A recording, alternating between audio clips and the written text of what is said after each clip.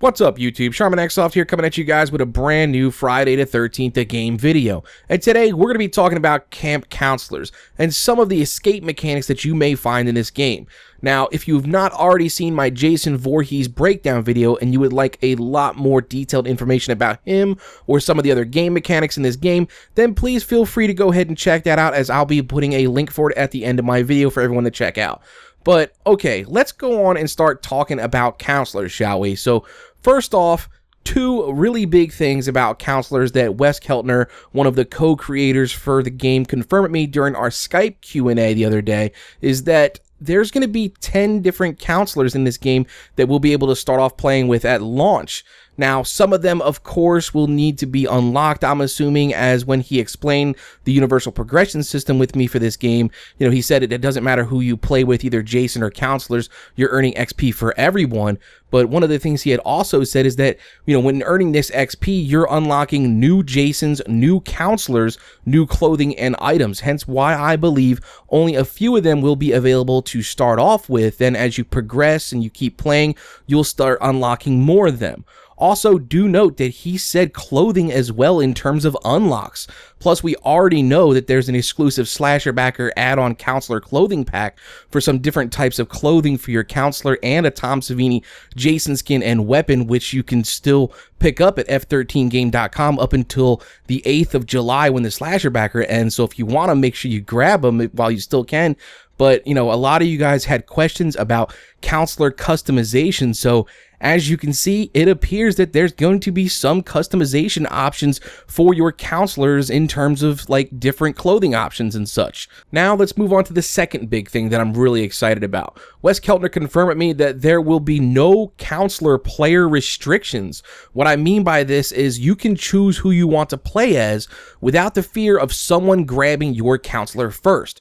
For example, in games like Evolve, Rainbow Six Siege, and many others out there, if a player picks the character you want to play as first, then you can't play as that character. In Friday the 13th, the game, character selection does not work like that at all.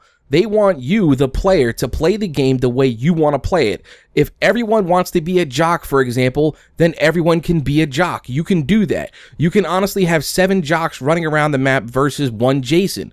Now, this may not be the best idea, as Wes Keltner explained, as everything has pros and cons. For example, jocks are strong and fast, as we all know, but jocks may also have one of the lowest stealth and repair skills. So Jason will constantly be hearing everyone running around, and it might take longer for them to repair vehicles and such, but purely it's up to the player to play the game how they want to play it. They don't want to restrict anyone. But do keep in mind, it is in fact better to have a mixture of different counselors running around to keep Jason guessing, as they all have different stats, skills, strengths, and weaknesses, but the choice again is entirely up to you. Now, as of right now, Gun Media is not announcing any details behind the different counselors' names, types, skills, or anything like that, so the information is very limited. But there is some information I was able to gather on this topic from different interview videos and posts on f13game.com's website. So what we know as of right now, some of the counselors we should be seeing, if nothing changes that is the jock, of course. As we mentioned before, he should have more strength, speed, and possibly less stealth. There's also the edgy guy, who is said to be tough and can fix vehicles like no other counselor can. A down-to-earth grease monkey at high school who looks out for others, protects them from bullies, and doesn't take shit from anyone. Then there's the athletic girl, which we have no information on except for a little quote by her picture that read, "Rad tracksuit, so 80s. Now we have the Preppy Guy. We also have no information on him except for a little quote, again by his picture, that said, "Every girl likes a sharp-dressed man, even if he's a little bit douchey." There's also the girl next door, who I believe is modeled after Chris from the main girl from the Friday the 13th Part 3 movie, but the only quote we have for her is "so 80s. But there's more. Ronnie Hobbs said in the official Kickstarter video that everyone likes a hero girl in the girl next door, so she may be able to kill Jason more often. But please remember, that video was made a long time ago when they first started the Kickstarter, and things can change. Remember, they still have not told us how to kill Jason yet. We already know that just, you know, a one player, a 1v1 against him can't just go up there and kill Jason. It's not going to be that easy, so these are things to definitely keep in mind. Then we move on to the Bookish Girl. She's said to be studious and small. She's very intelligent and uses her tiny statue and light step to sneak around and stay out of view from Jason. Next up is the head counselor. He's smart, organized, and a natural leader who oozes charisma. He can keep himself composed in even the most dire situations, which makes him someone you want around when Jason is nearby.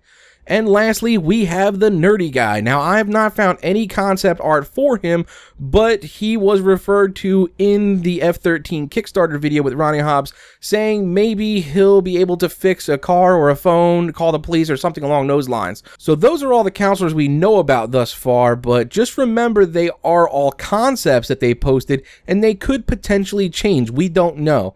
But one cool thing about counselors Wes Keltner was able to confirm with me is that no matter who you play as, every counselor can do every single task, like fix a car, for example.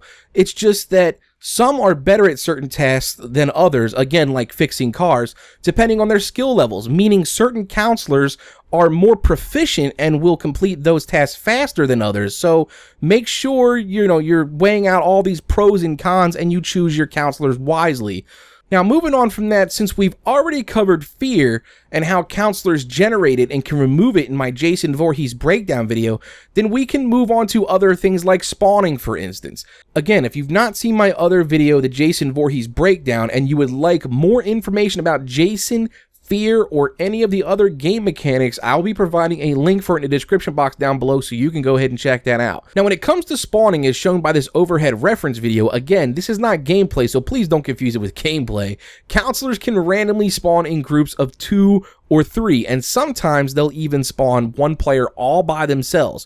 Remember, being by yourself is one way that you'll generate fear, and that's a bad thing. It was also said in the spawning video on F13game.com that where you spawn is dependent on what character you're playing. They say you might happen to be hanging out with friends, having beers by a campfire, or maybe just getting dressed after having sex. This is a Friday the 13th game, guys, so keep that in mind. Now, regardless of how you spawn, searching for items, other counselors, and shelter is always a smart thing to do in Friday the 13th the game. Now, let's go on to stamina. In this game, stamina is something that you will need to manage wisely.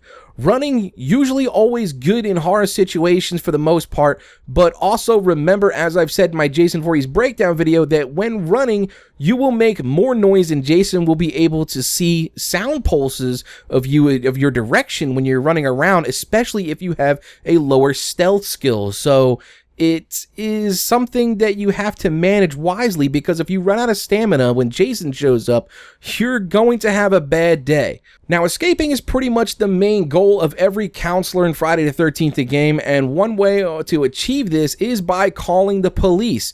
Now, this may seem like an easy task, but in Friday the 13th the game, you will need to first find the phone. Now, the phone will spawn at a random location only once every match, and if you happen to find it, you'll also need to repair it. If you happen to successfully do both of these, you're still not safe yet, as you now have to survive for 10 minutes until the police arrive. But that's not all. After talking with Wes Keltner, he told me that when the police arrive, they will spawn at a random location which you will have to make it to without dying before you're truly safe.